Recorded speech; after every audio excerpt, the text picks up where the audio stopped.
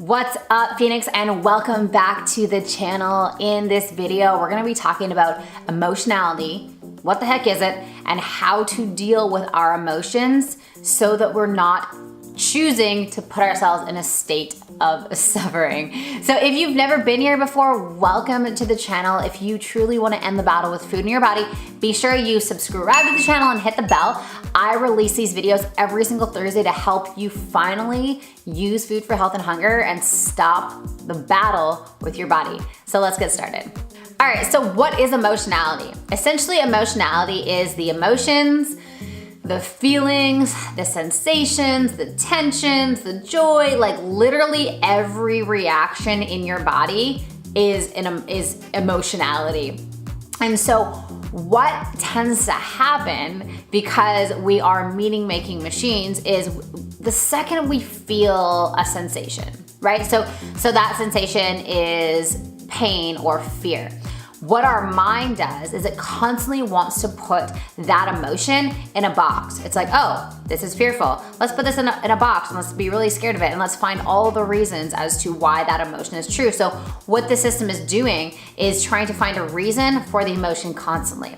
And I want you to just notice in your own body how you do this, right? So the second you feel anxious, you're like, oh, it must be because those people are judging me, or my boyfriend's gonna abandon me, or I'm gonna get fired at work, or I didn't do a good enough job on whatever it is. And we start to then spin all these crazy ass stories about how our feelings mean something. And then what happens when we do that? Because we're giving them a meaning, we're putting them in a box, we're giving them a story, it creates more of the feeling. Then it creates this like negative feedback loop where we like feel the feeling, we're like, oh God, this feeling is horrible. And then we create a meaning around it. And then the meaning and the story activates more of the emotion. And then like that goes on forever. And then that gets activated. And so what is so important to remember is you do not need to find a reason for your pain. What? You're like, I don't get it, but I have to. It feels so natural. It may feel natural because you've always done it, but you don't need to do it. What tends to happen is we feel these experiences, we feel these sensations, and our brain goes, okay, well, I don't feel safe just feeling that and not finding a reason for it, so I'm gonna look for a reason for it. And that's what creates struggle. So there's a huge difference between pain and struggle, or pain and suffering. Is pain is just a natural part of being human. Like, we all experience pain on the regular.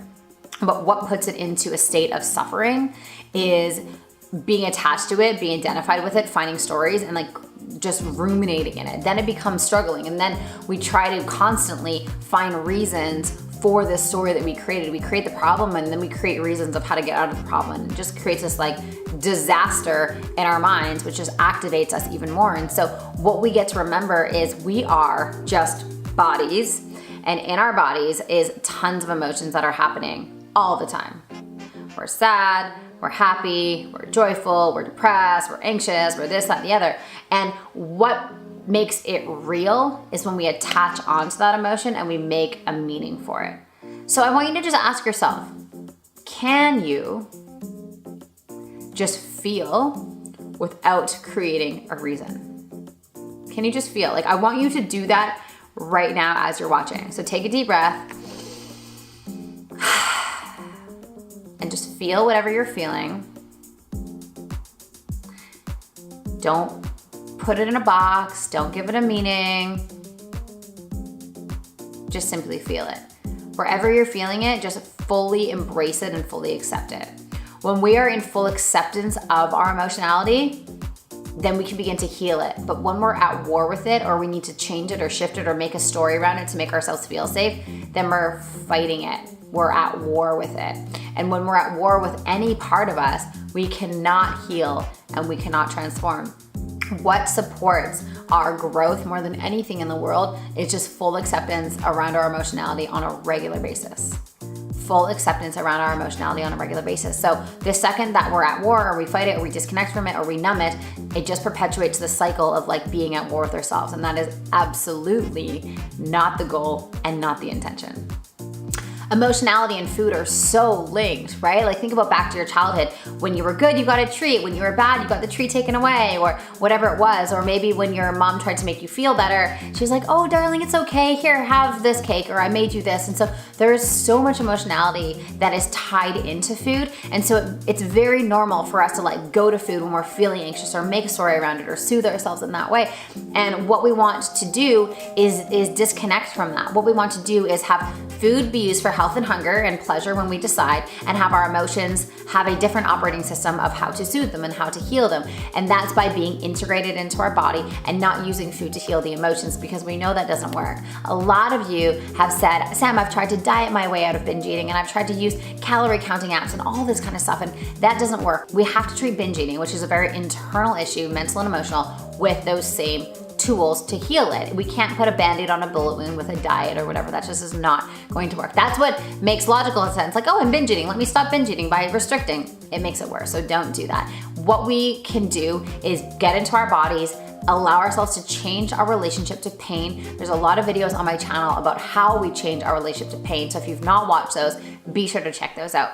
In a second here, I'm gonna show you the ninja strategy that I use to help me change my relationship to my emotionality. But before I do that, I wanna make sure that you are in our 5-day food freedom challenge, which is our totally free challenge where I help you step by step to shift how you deal with food, stop using it as a drug, get integrated back in your body. I give you video modules and meditations and all sorts of things to truly help you change the relationship you have to food in your body. So if you're not in there yet, be sure to click on the link below and get your bum in the door.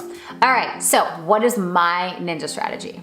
So my ninja strategy is basically observing my emotionality versus identifying with it. And I do that through my breath. So as you're watching this video again, I want you to breathe.